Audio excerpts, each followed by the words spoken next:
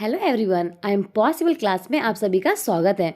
इस वीडियो में हम 6th स्टैंडर्ड की एनसीईआरटी का ज्योग्राफी की टेक्स्ट बुक का लेसन नंबर 1 सॉल्व करने वाले हैं, जो कि सीटेट में बहुत ज़्यादा इम्पॉर्टेंट है। सोशल साइंस में आप लोग जानते ही हैं कि एनसीईआरटी ही सॉल्व करना पड़ता है। तो चलिए एनसीईआरटी को सॉल्व करना स्टार्ट करते हैं, ताकि आपको भी जो है नॉलेज मिलता रहे कि कैसे कैसे क्वेश्चंस आते हैं, वो भी मैं आपको एक्सप्लेन करने के साथ साथ बताती रहूँगी। तो लेसन नंबर 1 क्या है? सौरमंडल में पृथ्वी। ठीक है, देखिए, तो जैसे कि हम लोग आकाश में जब देखते हैं तो हमें आकाश में देखना बहुत ज़्यादा अच्छा लगता है ना। और आसमान में अगर आप देखते होंगे तो स्टार्टिंग में आपको एक बिंदु चमकते हुए दिखाई देती है, 2 बिंदु चमकते हुए दिखाई देती है, बट उसके बाद इसकी जो संख्या है वो बढ़ती ही चली जाती है ना। इतनी ज़्यादा इनकी संख्या बढ़ जाती है कि आप उनको काउंट भी नहीं कर सकते हैं। और संपूर्ण आकाश जो होता है वो छोटी छोटी चमकदार वस्तुओं से भर जाता है। तो वो चमकदार वस्तु क्या होगी, ये बताइए आप। तो ऑफकोर्स जो तारा होते हैं वही तो चमकदार चमकने वाली चीज़ है जो आसमान में चमकती रहती है। ठीक है, तो जिसमें से कुछ जो होते हैं वो चमकीले होते हैं, बहुत ज़्यादा मतलब उसमें लाइट होती है, और कोई कोई से धुंधले से होते हैं, आपने देखा होगा। ठीक है, और आसमान तो ऐसा लगता है जैसे आसमान में हीरे जड़े हो। ठीक है, कुछ तो हमको टिमटिमाते हुए भी दिखाई देते हैं, पर अगर आप ध्यान से देखोगे ना तो इन सब दोनों का टिमटिमाना अलग होता है। कोई कोई तारे अलग टाइप से टिमटिमाते हैं, और कोई कोई जो तारे होते हैं वो सिर्फ फिक्स होते हैं, वो बिल्कुल भी टिमटिमाते नहीं हैं। ओके, इसके बाद इसमें टॉपिक में पढ़ेंगे, इन चमकीली वस्तुओं के साथ आप लगभग प्रतिदिन चंद्रमा को भी देखते हैं। सही बात है, हम क्या कर रहे हैं, प्रतिदिन चंद्रमा को भी हम देखते हैं, है ना। और ये जो क्या करती हैं, अलग अलग समय पर इनका अलग अलग आकार भी दिखाई देता है हमें। जब वो पूर्ण चंद्रमा हमें दिखाई देती है, जो कि 1 महीने में एक बार ही हम उसको देख सकते हैं, जो पूर्ण चंद्रमा होती है उसको हम पूर्ण चंद्रमा या फिर पूर्णिमा भी कहते हैं। ठीक है, और 15 दिन के बाद हम इसे नहीं देख सकते हैं, और उस टाइम पे हम उसे नए चंद्रमा की रात्रि होती है, उसे हम कहते हैं अमावस्या। और उस टाइम पे आसमान जो होता है वो एकदम साफ होता है। अब मैं आपको यहाँ पे बताना चाहूँगी कि क्वेश्चन ऐसे आए हैं, अगर अपना बहुत पहले के क्वेश्चन सॉल्व करोगे ऑफलाइन वाले, मतलब 2016-17 के सॉल्व करोगे ना, तो उसमें से क्वेश्चंस आए हैं जो कौन से ऐसे तारे होते हैं जो नहीं टिमटिमाते हैं, उन्हें क्या कहते हैं। ठीक है, या फिर पूर्णिमा किसे कहते हैं, महीने में कितनी बार पूर्णिमा आती है। ठीक है, ऐसे क्वेश्चंस भी आते हैं कि अमावस्या कितने दिन के बाद आती है। तो ये सारे क्वेश्चंस, या अमावस्या के टाइम पर आकाश में क्या तारे होते हैं या तारे नहीं होते हैं, तो वो आपको पता होना चाहिए। अमावस्या के टाइम पे जो आसमान होता है वो एकदम साफ होता है, मतलब आपको इसमें ना तारे दिखाई देंगे और ना ही कोई चंद्रमा दिखाई देगा, एकदम साफ होता है बादल उस टाइम पे। ठीक है, तो क्या आपको इस बात पे आश्चर्य नहीं होता है कि हम दिन के समय में चंद्रमा या फिर उनकी जितनी भी छोटे छोटे चमकीले वस्तुएं हैं, मतलब कि जो ताराएं हैं या जो ग्रह है, वो हमें दिन के समय क्यों नहीं दिखते हैं? तो ये क्वेश्चंस भी दिमाग में आता ही होगा। तो वो इसलिए होता है क्योंकि जो सूर्य है ना, सूर्य का इतना ज़्यादा प्रकाश होता है दिन में, उसके कारण वो हमें दिन में नहीं दिखाई देते हैं, और वो सारी चीज़ें हमें रात के समय में ही चमकते हुए दिखाई देती हैं। ओके, तो ये क्वेश्चन भी आपको ध्यान में रखना है कि जो भी चंद्रमा है या फिर जो तारे हैं वो हमें रात के दिन के समय क्यों नहीं दिखाई देते, क्योंकि सूर्य का प्रकाश बहुत ज़्यादा होता है। ठीक है, चलिए नेक्स्ट देखते हैं। सूर्य, चंद्रमा तथा वे सभी वस्तुएं जो रात के समय में आसमान में चमकती है उसे खगोलीय पिंड कहते हैं। ठीक है, सूर्य भी जो चमकता है रात, मतलब कि आसमान में, चंद्रमा भी चमकता है आसमान में, और जितने भी छोटी मोटी वस्तुएं हैं, तारे वारे हैं, जो भी रात के समय पे मतलब जो हमें आसमान में चमकती हुई दिखाई देती है ना, उसे हम क्या कहते हैं, खगोलीय पिंड या फिर सेलेस्टियल बॉडीज। ठीक है, इंग्लिश में क्या बोलते हैं, सेलेस्टियल बॉडीज। ये क्वेश्चन भी आ चुका है। ठीक है, तो आपको याद रखना कि आसमान में जो भी चमक रहा है, सूर्य है, चंद्रमा है, तारे हैं, ये सारे क्या है, खगोलीय पिंड है। ठीक है, कुछ जो खगोलीय पिंड होते हैं ना, वो बड़े बड़े आकार के होते हैं और गर्म होते हैं। ठीक है, और ये ना गैसों से बने होते हैं। इनके पास क्या होती है, खुद की अपनी ऊष्मा होती है और प्रकाश होता है। ठीक है, कोई कोई खगोलीय पिंड क्या होते हैं, गर्म होते हैं, गैसों से बने होते हैं, उनके पास खुद की लाइट भी होती है जिसे वो बड़ी मात्रा में उत्सर्जित करते हैं। खगोलीय पिंडों को तारा कहते हैं। सूर्य भी क्या है, एक तारा है। तो जो सूर्य है एक तारा है और उसके पास भी अपनी खुद की क्या है, हीट है और लाइट है ना। उसी प्रकार से जितने भी आसमान में चीज़ें चमकती है, उनके पास स्पेशली जो ताराएं होती हैं ना, तारा, उनके पास अपने खुद के क्या होते हैं, ऊष्मा और प्रकाश होते हैं। ये क्वेश्चन भी आया हुआ है। रात के समय चमकते हुए अनगिनत तारे वो सूर्य के समान ही है। ओके, जैसा सूर्य बहुत चमकता है ना, इतना बड़ा सा दिखाई देता है, बहुत चमकता है, उसी के समान सारे तारे भी है। लेकिन वो हमसे बहुत ज़्यादा दूर होने के कारण हम उनकी ऊष्मा और प्रकाश को महसूस नहीं कर पाते हैं तथा वे अत्यंत छोटे दिखाई पड़ते हैं। ओके, आपने अवश्य ध्यान दिया होगा कि कुछ दूरी से देखने पर सभी वस्तुएं छोटी दिखाई पड़ती है। जैसे कि आप नीचे हैं और ऊपर से आप हवाई जहाज़ देख रहे हो, आप हवाई जहाज़ को देख रहे हो तो वो हमें कितना छोटा दिखाई देता है ना। तो उसी प्रकार से ऊपर जो भी चीज़ें होती हैं वो छोटी ही दिखाई पड़ती हैं। ओके, अब देखिए, जो चीज़ चमकती है ना रात को आसमान में और जो ब्लिंक करती है, चमचमाती रहती है पूरे टाइम, वो तारे होते हैं। और जो फिक्स होते हैं, जिसमें कोई भी टिमटिमाहट नहीं होती है, वो फिक्स होते हैं। समझ लो ये तारा है, ये पूरे टाइम टिम टिम टिम टिम टिम टिम टिम टिम कर रहा है, तो ये तारा है, उसके पास खुद की हीट और लाइट है।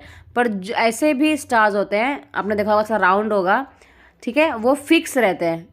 ये बिल्कुल भी टिमटिमाएंगे नहीं, ऐसे फिक्स ही रहते हैं, राउंड शेप में बिल्कुल टिमटिमाएंगे नहीं। ये क्या होते हैं, ग्रह होते हैं।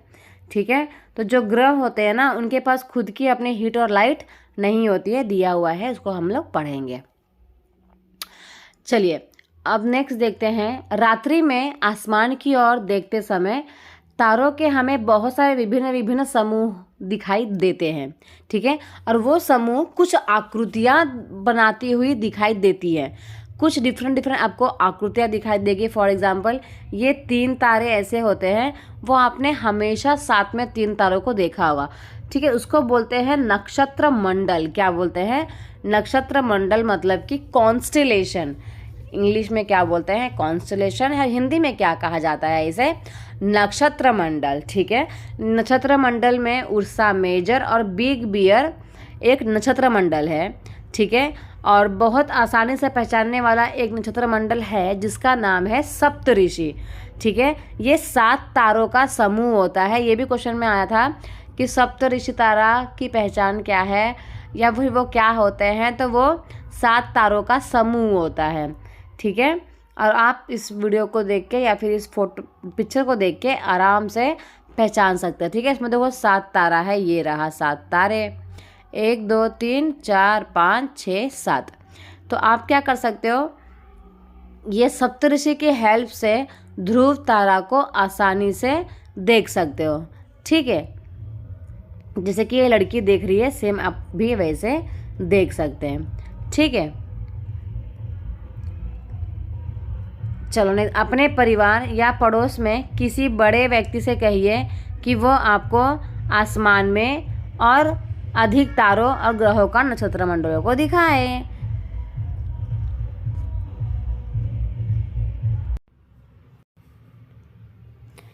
चलिए अब आगे देखते हैं। प्राचीन समय में लोग रात्रि में दिशा का निर्धारण करने के लिए तारों की सहायता लेते थे और उत्तरी तारा उत्तर दिशा को बताता है और उत्तरी तारा को ही ध्रुव तारा भी कहा जाता है, ठीक है। और वो आसमान में हमेशा एक ही स्थान पर रहता है, तो ध्रुव तारा को देखकर अनुमान लगा सकते हैं कि ये उत्तर दिशा है, और फिर एक दिशा पता चलने के बाद सारी दिशाओं का पता लगाया जा सकता था। तो इसीलिए वो तारों की सहायता से ही पहले के ज़माने के लोग दिशा का निर्धारण करते थे, ठीक है। जैसे कि हम सप्तऋषि की सहायता से ध्रुव तारों की स्थिति को जान सकते हैं, जैसे कि जो कि चित्र में एक जो मैंने आपको बताया 1.1 में, ठीक है, वही वाला है। चलिए देखते हैं नेक्स्ट।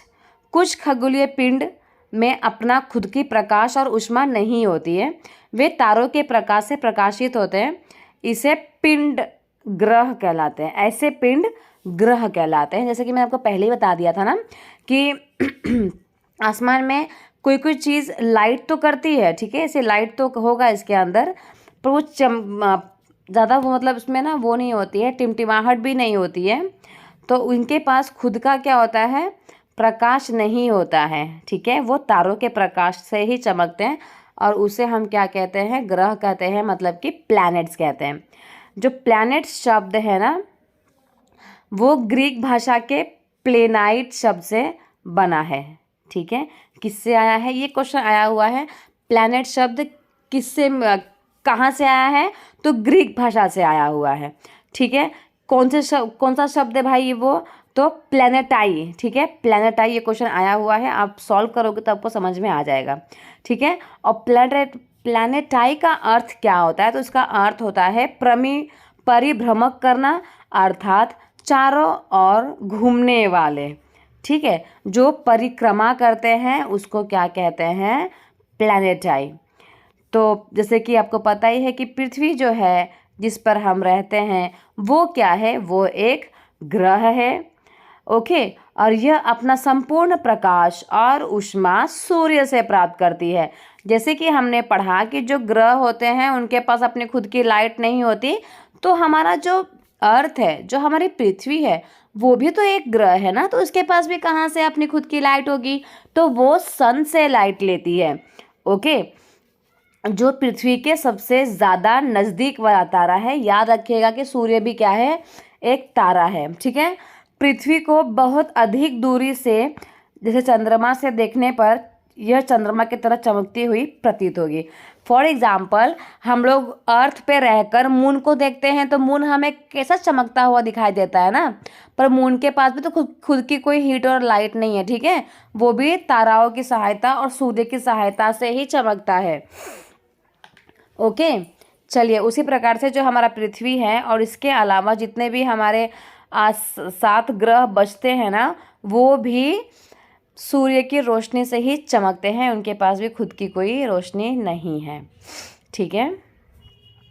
तो आसमान में दिखने वाले चंद्रमा जो है ना, वो क्या है, एक उपग्रह है, मतलब कि एक सैटेलाइट है। तो किसका उपग्रह है ये चंद्रमा, चंद्रमा जो है वो पृथ्वी का उपग्रह है। ये क्या करता है, तो पृथ्वी का एक सहचर है और पृथ्वी के चारों ओर चक्कर लगाता है, ठीक है। फॉर एग्जाम्पल, ये हमारी पृथ्वी है ब्लू कलर की, ठीक है, तो मून क्या करेगा, येलो कलर का ऐसे ऐसे राउंड लगाता रहेगा, ठीक है। हमारी पृथ्वी के समान 7 अन्य ग्रह भी है जो सूर्य के प्रकाश से ऊष्मा प्राप्त करते हैं और उनके पास अपने चंद्रमा भी है, जैसे कि यहाँ पे दिया हुआ है। सबके अलग अलग क्या है, अपने अपने चंद्रमा है। जैसे कि बुध जो है, तो उनके पास कोई भी चंद्रमा नहीं है, ठीक है। उनको परिक्रमा करने में 88 दिन लगते हैं और अपने अक्ष पर घूमने के लिए उनको 59 दिन लगते हैं। अगर शुक्र की बात की जाए तो सूर्य का चारों ओर एक परिक्रमण करने में, सिर्फ एक परिक्रमा करने में उन्हें 255 दिन लग जाता है, ठीक है। और अपने प्लेस पे ही घूमने में उनको 243 दिन लगता है। सोचिए, अगर हम शुक्र पे रहेंगे तो दिन और रात कितने बड़े बड़े हो जाएंगे, है कि नहीं, ठीक है। पृथ्वी की अगर बात करें तो पृथ्वी को सूर्य के चारों ओर चक्कर लगाने में 365 दिन लगते हैं, ओके, जिससे हमारा साल चेंज हो जाता है। अपने प्लेस पे घूमने में उनको 1 दिन लगते हैं, मतलब कि 24 घंटे लगते हैं। और चंद्रमा की संख्या कितनी है इनके पास? 1 है, ठीक है। बुध और शुक्र के पास कोई भी चंद्रमा नहीं है और पृथ्वी के पास 1 चंद्रमा है। जो मंगल है वो सूर्य की चारों तरफ चक्कर लगाने में उन्हें 687 डेज लगते हैं, मतलब अप्रॉक्सीमेटली पृथ्वी का डबल टाइम लगता है। अपने प्लेस पे घूमने के लिए उनको 1 दिन लगता है। ओके, जो मंगल पे मतलब अगर देखा जाए तो फिर हम रह सकते हैं, क्योंकि वहाँ पे दिन और रात सेम ही होगा, 12-12 घंटा का। और चंद्रमा की संख्या कितनी है मंगल पे? तो 2 है, ठीक है। नेक्स्ट देखते हैं बृहस्पति। तो ये जो है सूर्य का चक्कर लगाने में इन्हें 11 साल लग जाते हैं। अगर यहाँ पे हम रहेंगे ना तो 11 साल में एक साल ख़त्म हो जाएगा, 1 साल ख़त्म होगा, सोचिए। और अगर महीने में लगभग 12 साल, मतलब लगभग 12 साल पकड़ लीजिए, उनको 12 साल लगते हैं भाई सूर्य का एक पूरा परिक्रमा करने में। और अपने प्लेस पे घूमने में उनको सिर्फ 9 घंटे और 56 मिनट ही लगते हैं। मतलब कि सोचो 9 घंटे में ही दिन और रात ख़त्म, आपका पूरा एक दिन ख़त्म हो जाएगा सिर्फ 9 घंटे में। और चंद्रमा की संख्या कितनी है? 53। अगर करवा चौथ का व्रत आएगा तो 53 चंद्रमा का पूजा करना पड़ेगा, सोच लीजिए आप, ठीक है। अब बात करते हैं शनि की। तो जो शनि है उसको अपने प्लेस पे नहीं, सूर्य का चक्कर लगाने में उनको 29 साल लग जाते हैं, 29 साल, सोचिए। और अपने प्लेस पे घूमने में उनको सिर्फ 10 घंटे लग जाते हैं। और सूर्य चंद्रमा की संख्या की बात की जाए तो वो टोटल कितनी है? 53 है। ओके, तो बृहस्पति और शनिवार के पास सेम चंद्रमा है, 53 और 53। 5 + 3 8, 5 + 3 8, याद कर लीजिएगा। मेरा बर्थडे भी 8 तारीख को आता है, तो इसे आप याद कर सकते हैं। और जो मंगल है उसके पास 2 है, पृथ्वी के पास 1 है, बाकी किसी के पास 1 भी नहीं है। तो ऐसे आप इसको याद कर सकते हैं। ये क्वेश्चन आ सकता है किसके पास कितने तारे हैं, ठीक है। अब नेक्स्ट क्लास में हम सौरमंडल के बारे में पढ़ेंगे। आज के लिए इतना ही। आई होप आपको वीडियो समझ में आया होगा, अच्छा लगा होगा। ऐसे ही एनसीईआरटी वीडियो के लिए चैनल को सब्सक्राइब कर लीजिए, लाइक कमेंट शेयर ज़रूर कीजिएगा। वीडियो अच्छा लगा तो मोटिवेट होने के लिए आप कमेंट भी कर सकते हैं। अगर कोई सजेशन देना है तो आप वो भी दे सकते हैं, ताकि मैं अपने वीडियो में कुछ इम्प्रूवमेंट ला सकूँ। आज के लिए इतना ही। Thank you so much everyone.